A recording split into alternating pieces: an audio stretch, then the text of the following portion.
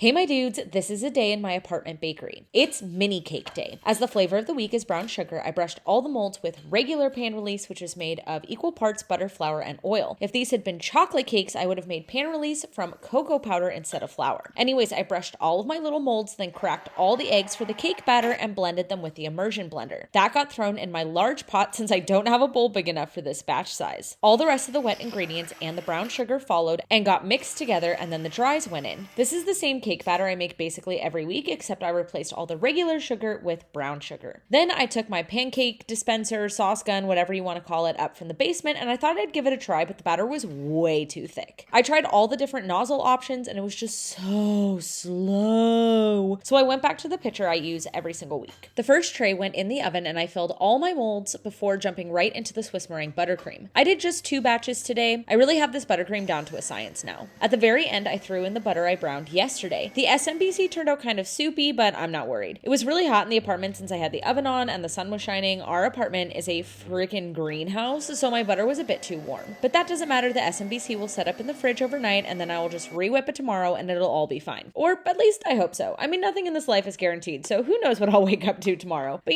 that's the plan at least. After the SMBC was done, I got started on the fall fruit compote. I had some poached quince from a recent recipe test and the poached pears from last week, and I didn't want them to go to waste, so I chopped them as well as a couple apples I had kicking around and threw them all in a pot. I think of the 3 fruits as sisters. I mean, they are in the same family, so I thought compote made with them would be fun. While that was cooking, the cakes had cooled, so I knocked them out of the pans, arranged them on a tray, and wrapped them in plastic wrap. Then I still had to make the thumbprints. The cookie base for these is oat shortbread, so I mixed that together, then laid out all my molds, sprayed them with fat spray, and scooped 2 15-gram scoops into each mold. I don't have a scoop for 30 grams, so 2 15-gram scoops it is. I pressed a deep indent into the middle of each and then baked off the first tray. While that was in the oven, the compote was done, so I put that away. The first tray of cookies was baked and the second went into the oven, and once the cookies were cooled, I popped them out of their molds. They came out so easily, it was such a dream. Then I made the caramel filling. This starts out as a dry caramel and then cream and butter are added as well as salt and a teeny tiny bit of cinnamon. This is where the sauce gun came in really handy.